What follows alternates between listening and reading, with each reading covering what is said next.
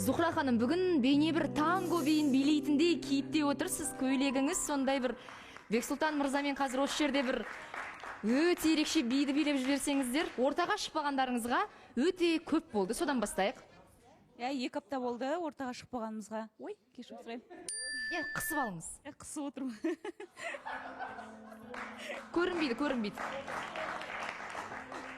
Міне осылай әдемі, ұзын көйлек сияқты. Біздің енді осы 2 аптаның ішінде өте көп әңгімелеріміз бар. Ал бастайық. Сен айтасың ба? Қайырлы күн Жана ханым. Қайырлы күн тағы да. Әңгіменің басы. Бүгін сіздің көңіл күйіңіз жоқ па, өйткені бүгіндікке тіс жармадыңыз? Жоқ, көңіл күйім жақсы Жана ханым, керемет.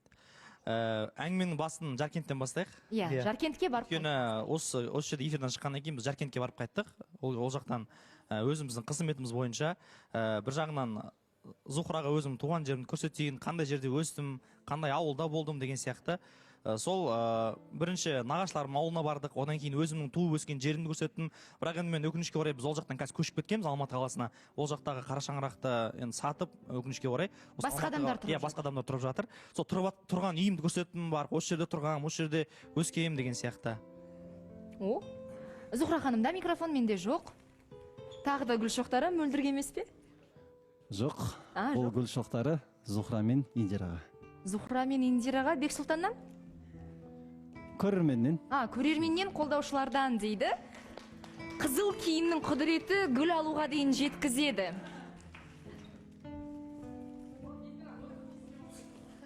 Микрофон. Ойыншық. Тағы да ойыншықтар бұл ертеңгі. Зухра ханым хаты түсіп қалды. Ертең балалар күні деп, сол алдын ала балаларыңызға сыйлық береді. Бұл Бексұлтан, Зухра және Индираға. Осы бір кісіден барлығы. Мәссаған, өте жомарт жан екен. Зухра ханым.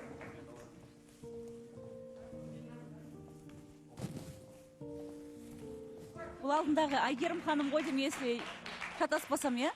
Білмеймін. Хатын оқысаңызшы. Қазір тағы да басқа біреуге рахметімізді айтып. Жаңа беріп едім ғой сізге хатын. Алдыңызға қойдыңыз. Қораптың астында. Жоқ па? Қайда кетті? Сиқырдың күшімен жоғалып кетті.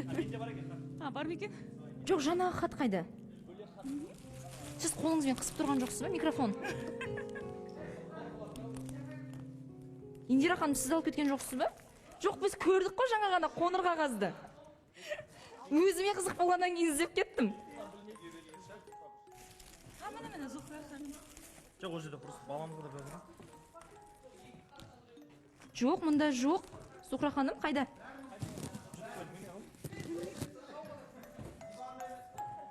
Мына жерде бір жапырақ жатыр, жапырақ.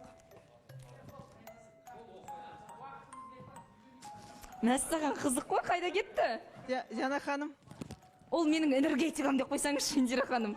Жоқ, Айгерім тәтеге рахмет айтқым келеді. Менде хаты жазылып тұр. Біздің жандай жақсы көреді, бізді қатты сол ілтипатын білдіріп жатыр. Айгерім тәте үлкен рахмет. Осындай балапандарымызға сыйлық жіберіп жатқаныңызға сондай.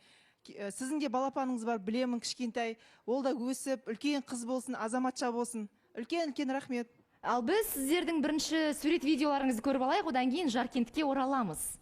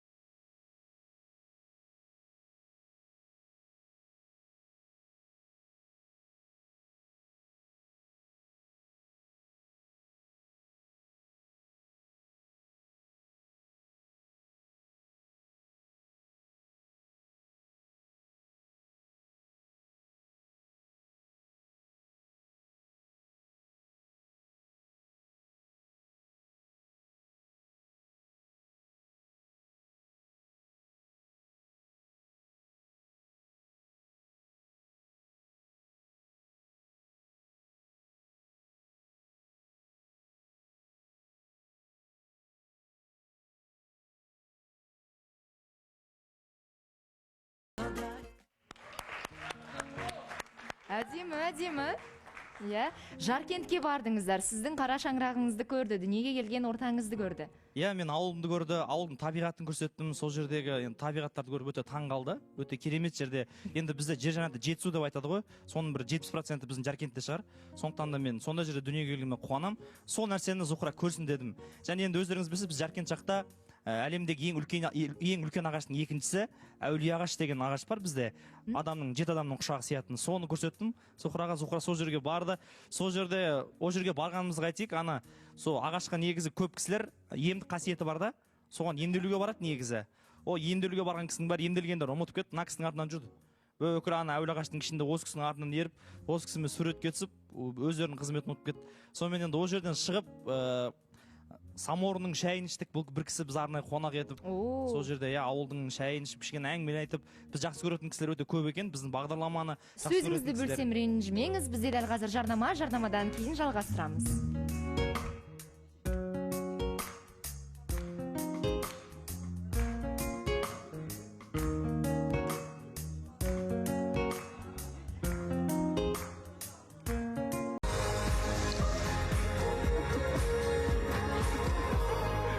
Шектің табиғи жұмыс істеуі үшін Дулькалакс жүргізетін дәрісі жеңілді қуанышы. Новая Coca-Cola Zero Sugar.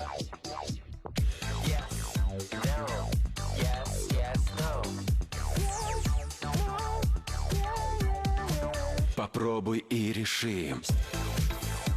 Альпенгольд мерекесі үшін не қажет? Әртүрлі үйлесімдер, қызықты пішіндер, жарқын, қанық дәм. Әлбетте жаңа қаптама. Акциялық қаптамадағы Альпенгольдті сатып алып, 2,5 миллион теңге ұтып ал.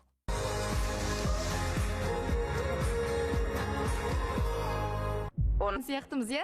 Данияр мырза дейді. Қайталама менен дейді. Ал бұлбұл болса қарғамаңдар бізді дейді. Ал жалғастырсақ? Я сол Жаркент жаққа қарай барып, өзіміздің кішкене бір кішігірім саяхат десек болады. Өзіміздің екеуміздің арамызда бір кішігірім тур. Бір жағынан бір қызметпен барды, екінші жағынан сол ауылды көрсетейін, туған жерімді көрсін деген сияқты мақсатпен ертіп алып бардым. Енді максимально қай жерге барсам сол жаққа ертіп баруға тырысамын. Ақтөре? Қызым Қордайға келіпті, Алла қаласа Қордайға барып қайтамын қызыма. Сәлем айтыңыз біздің атымыздан. Керемет. Негізі Зухра ханым. Біз деген осы Бексұлтан сөз салғаннан бастап бір күнге де бір кездеспей қалған күніміз болған жоқ. Алдында ғана Шымкентке барған кезде бір 2 күн ғана кездеспей қалдық. Әйтпесе осы күндердің барлығын бірге өткізіп жатырмыз. Максимально даже Бексұлтан мен папаммен танысты. Мен Бексұлтанның сестренкасыларымен, братишкаларымен таныстым уже. Сол Айдос папаңызбен танысты. Негізі бүгін папамның туған күніне барамыз деп ойлағанбыз екеуміз. Танысып бірақ та бүгін Назгүл ханымның туған күні болып сол жақты басқарады. Сол жақта тізгін ұстайтын асаба Бексұлтан екен? Сол ұмытып кетіппіз, оказывается, бүгін екен, сонымен бара алмай қалатын болды. Ол да бір енді белгі шығар, жұп болғаннан кейін барып папасымен таныссын деген дұрыс па ағайын? Дұрыс дейді. Өте дұрыс. Мен толықтыра кетейін, Жана ханым, негізі біз арнайы бір ұйымдастырып танысқан жоқпыз. Бір болады ғой, бір кездейсоқ танысулар болып қалады, сондай танысу болды да. Және менің қарындастарыммен де бір кездейсоқ танысулар болып қалды. Енді алдыңда тұрған адамға сен кет деп айта алмайсың ғой. Сондай жерде бір ұшырасып қалған кезімізде танысып, сөйлесіп қалған кездеріміз болды. Енді бұл да болса бір жақсылыққа бір ниеттер жорайық, жақсылыққа жорайым негізі. Зухра ханым, қысқасы үнемі жаныңызда. Қарындастарыңыз кішкентай деп ойлап жүр екем. 4 қарындасым бар, 2 күйеу балам бар. Мәссаған. Үлкен қарындасымның 4 баласы бар. Одан кейін қарындасымның 3 баласы бар. 7, сізде 2 бала, сонда анаңызда 10 немере? 10 немере бар, Аллаға шүкір, иә. Керемет. Сондай, енді қазір 2 қарындасым, екеуі де университетте оқиды, жоғарғы оқу орнында. Екеуі де бойжетіп, ол кісілер дайын тұр, Құдай қаласа. Ол кісілерді шамаға бұйырса, ол кісілерге де құда түсетіндей жағдай дейсіз ғой? Алла бұйырса, иә. Керемет. Өткенде шырылдады ғой Диана ханым, қарындастары. Шаңырақ білесіз ба тема? Сағат 3-те. Күшті айттыңыз ғой? Білесіз ба шаңырақтағы теманы деп? Асхаттың сұрағына жауап бере салайын. Негізі 2 қарындасыммен ініммен танысты. Зухра? Үшіншісімен де таныстым негізі. Тағы да гүл шоқтары. Мәссаған. Зухраға Диана ханым өткенде осы гүлді алып келген кезде осы гүл жақсы көремін деп сөйткен еді. Сондықтан да үйінде біраз уақыт тұрды. Тағы да біраз тұрсын деген ниетпен осы гүлді алып. Өткен жолы раушан гүлдерге ізін суытпай тағы да бір гүл шоқтары. Тамаша, Бексұлтан мырза. Мына жақта не? Бүгін бір шашу. Иә, бұл Бексұлтанға менің атымнан сыйлық. Сіздің атыңыздан? Иә. Ал, қабыл алыңыздар. Не деген сыйластық? Негізі енді кейбір қыздар мына жерде не алып келе жатады ғой, жаңа пісіріп бір нәрсе құймақ, ондай пісіретін уақыт болмай жатыр. Сатып алсаңызшы мына өзіңізді қатты жақсы көретін асханадан. Сол жерге кіре алмай қалдым да әңгімеден кейін. Кіре беріңіз, несі бар? Рахмет. Үйде менде құшақ гүлдер толған үйде. Қазір мыналарда апарамын. Біреу солып жатса, екіншісі келеді дейсіз ғой, иә? Солып үлгермей жатыр гүлдерім. Рахмет. Вниманияңа. Бізде андай отыр, Жанахан, бір қалай айтсам болады, бір-бірімізден бір жалғау емес, керісінше бір-бірімізге деген құштарлығымыз күннен күнге өсіп бара жатыр да. Жетпей жатырмыз дейсіз ғой, уақытта басқасы. Қанша нәрсе ұйымдастырамыз, бірақ өкінішке орай ақ төрет бақшы ауа райына байланысты бара алмай қалып жатырмыз да, бірақ бір керемет ұйымдастырған дүниелеріміз бар еді. Сол нәрселерге қазір өкінішке орай қол жеткізе алмай жатырмыз, бірақ міндетті түрде алдағы уақытта көрсетеміз. Ал жұп болу қашан? Мені осы сұрақ мазалайды. Көрермендер де күнде сұрайды. Ертең дейді. Негізі енді бір қалай айтсам болады, ауыл алыс емес Жанахан. Мен ер азаматпын ғой, жігітше ер азамат ретінде айта аламын, ауыл алыс емес. Ал былай сұрақ қойсам, ұсыныс жұп болуға бола ма, әлде үйленуге деген бола ма? Асылбек үйлену керек дейді. Жоқ, Диана ханым, бұлар қазір жұп сияқты жүр ғой, енді үйленуге ұсыныс жасайды. Болды, шештік, иә, үйленуге ұсыныс. Болды, көпшілік болды, шешіп тастадық. Диана ханым, айтып кетсем бола ма? Негізі Зухра сезіп жүр ғой, бір жұптыққа бір сөз салады екен деп. Күніге әдемі көріп кек білетеді да, қай күн сақ қалады екен деп. Жоқ, шынымен ақ енді қыз болғаннан күтесің ғой, бұл негізі жұптық деген, былай шын өмірде бізде жұп боласың ба деген ұсыныс болмайды ғой негізі. Шынайы өмірімізде енді бір қосылайық та, енді бір формальностьтар болады да, ұсыныс жасап, кейбіреулер даже қызым боласың ба деп те айтпайды мысалы шын өмірде. Сондықтан енді қай күні жұпқа ұсыныс жасайды, енді ол да сюрприз болды. Күтіп жүрмін дейсіз ғой. Иә, күтіп жүрмін әрине, бірақ ол бір формальность сияқты, өйткені жұптық деп ойлаймын менің ойымша. Осы ойда сұрақ қойсам, Зухра, сіз балаңызбен таныстырдыңыз ба Бексұлтанды? Зухра ханым. Иә, баламен таныстырдым. Арнайы. Таныстырдыңыз? Мен еш нәрсе айтқан жоқпын негізі, бірақ та енді мен балам өзі сезген сияқты. Көзінің астына шырам бар, балам салып берген уже. Ұрып жіберді ме? Жоқ. Жоқ, ойнап жатқанымыз ғой, немен кардон тиіп кетті да, көзім сырып кетті сол кезде. Негізі ұмытпайсыз алғашқы кездесуді. Иә, Зухраның баласы негізі бір ер азаматтың жылулығын іздейді. Мен өзім байқаймын да, бір ер азаматтың жылулығын, ер азаматтың махаббатын сезінгісі келеді да. Бірінші кездесуімізде біз танысқан кезімізде мен кәдімгідей таң қалдым. Өйткені бір маған деген бір сондай бір ынтасы болды да. Менімен ойнады, жаңағы мен жақсы көресің ба десе, мен жақсы көремін дейді. Мама Зухраны жақсы көрмеймін дейді да. Зухран мен жақсы көріп кетті да, Зухраға деген махаббат сол жерде өшіп қалды енді. Сондай бір керемет бала екен. Енді ұл болғаннан кейін бәрібір әкесіне жақын болады ғой. Иә, менің ойымша сол, енді балам да енді өзінің әкесін сағынатын шығар, наверное. Көріспегеннен кейін мынандай ситуациялар болды да, жаңағы. Енді біз Бексұлан екеуміз үшеуміз отырып қой, сөйтсек айтады, мама, ты его любишь дейді. Мәссаған. Сөйтіп сұрақ қойып жатыр ғой маған. Содан кейін мен жауап бермесем, маған ренжіп жатыр. Почему? Неге отвечать етпейсің деген сияқты. Содан кейін айтады, он нас не бросит деген сияқты айтыр. Он будет за нас заботиться деп сұрап жатыр да балам. Енді кішкентай болса да енді сондай ситуациялар болып жатыр да, енді бірақ Бексұлтанның маған ұнағаны, Бексұлтанда баламен сразу тіл табысып кетіп, ойнатып, сондай маған сол ұнады. Нона ханым, Ізбасар мырза. Иә, сабыр. Дауыстарыңыз өйткені қатты шығып жатыр. Айтсаңыздар микрофонға айтыңыздар, айтпасаңыздар мүлдем айтпаңыздар. Ізбасар мырза, не болып қалды? Өйткені сіздің ашуыңызды жиі көре бермейміз. Ештеңе демей ақ қойын, Диана ханым, бәрі жақсы. Енді бір қарға ботқан, не деп отқан адамға не деп айтасың? Қыз адаммен саласың келмейді, просто болды сол. Данияр? Бәрі жақсы болса, кішкене өзіңді ұстап отса жарай ма? Қыз ғой, қанша деген ауыр сөздер айтып отсыңдар. Мен Бексұлтанға сұрақ қойып кетейінші. Мынау неге ашуланып жатыр емес, просто ананы айтып отсың, мынаны айтып отсың. Болды, қыз ғой.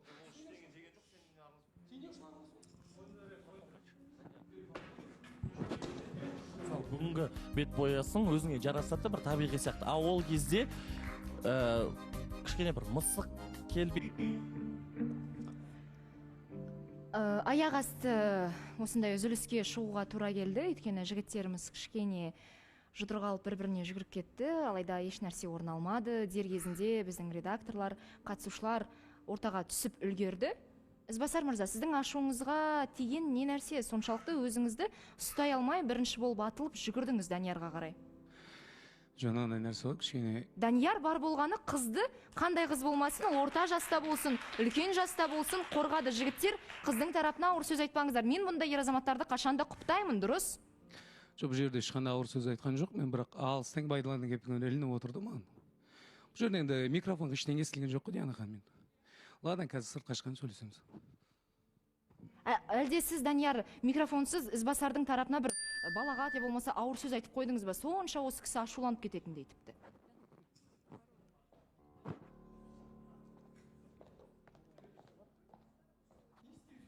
Жоқ, Диана ханым мынандай нәрсе ғой, бұл жерде бағана бері Нұрсұлу ханым сөйлеп отырды, микрофонсыз ше. Бірінші бастады ма? Иә, сөйтіп андай капать ете береді ғой. Сондай болып отты да просто. Сосын Ізбасар ашуланып отқан кезде, енді сөйледі, Данияр сөйлеп қалғаннан кейін бір ана ыстық қолға түсіп қалды ғой. А так негізі былай Даниярға деген жеке бір ешқандай проблемасы жоқ деп ойлаймын мен өз басым. Просто Нұрсұлуға қатты ашуланып отты. Қысқасы Нұрсұлу ханымға көрсете алмаған дүниесін Даниярға қарай көрсетіп жіберді дейсіз ғой. Бірақ Нұрсұлу ханым, енді сіздің қалауыңыз не? Түпкі мақсатыңыз? Осылай мұрын астынан айта бересіз бе, тиісе бересіз бе? Диана ханым, негізі Ізбасар, мен ержігітке сөйлеп отырғанмын. Сол ержігітке сөйлесіп отырғанымызға сен неге сөйлеп отырсың деп Ізбасар өзі ашуланып отырғанын көріп тұрмын. Мен алдында айттым сіздерге, мен сөйлесем характерін ең басынан байқап жүрсіздер ғой, мен сөйлеген кезінде характер шығады. Негізінде қазіргі кезде мен ешқандай Ізбасарға сөйлеп отырған жоқпын, ержігітке сөйлеп отырғанмын ақырын. Бұл аузың жауып отыр еді, содан кейін Данияр Ізбасардың маған қатты сөйлеп отырғанын көріп, сен неге қызға қатты айқайлап отырсың деді. Бар айтқан сол, өйтіп даусыңды көтерме деді. Өйткені бұл даусы қатты көтерілді да. Оны микрофонсыз бізде естідік. Сол басқа еш нәрсе емес. Негізі Ізбасарға мен сөйлеп отырғаным жоқ, ержігітке сөйлеп отырғанмын. Содан басталды негізінде, бірақ енді Нұрсұлу саған тағы да қайталап айтамын, кішкене ескерт өзіңе. Андай сөйлегенде де мұрның астынан неше түрлі былапыт сөздерді айта бермей, сол нәрсеге ашуланып кетті да, неменеге бұлданып отырсың қайта-қайта, болды сөйлеме депті Ізбасар.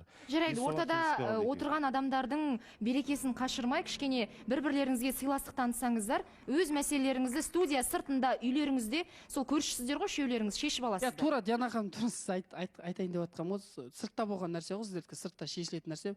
Үшеуің де үлкен дабдардай кісілерсіздер, болды. Әрине, үшеулеріңіз нені бөлісе алмай жүрсеңіздер, ол жағын біз бейхабармыз, түсінбейміз де, білмейміз де, тіпті білгіміз де келмейді. Кешірім сұраймыз.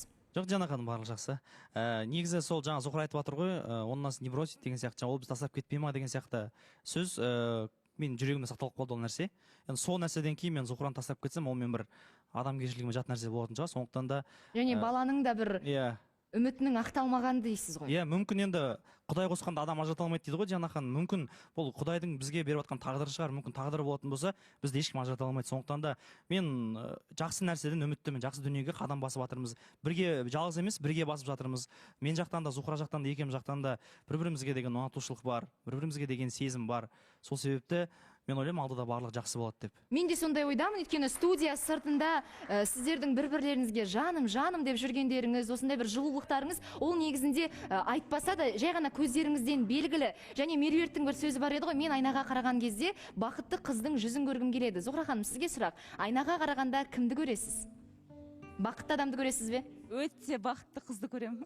Қазір бақыттысыз. Шынымды айтсам, действительно, бүйтіп кейбір қыздар енді өз сезімін жасырып қалатын қыздар болады ғой, бірақ мен ондай қыздардың тарапынан емеспін. Мен сезім болса, мен соны көрсете салатын, айта салатын адамдардың қатарынамын.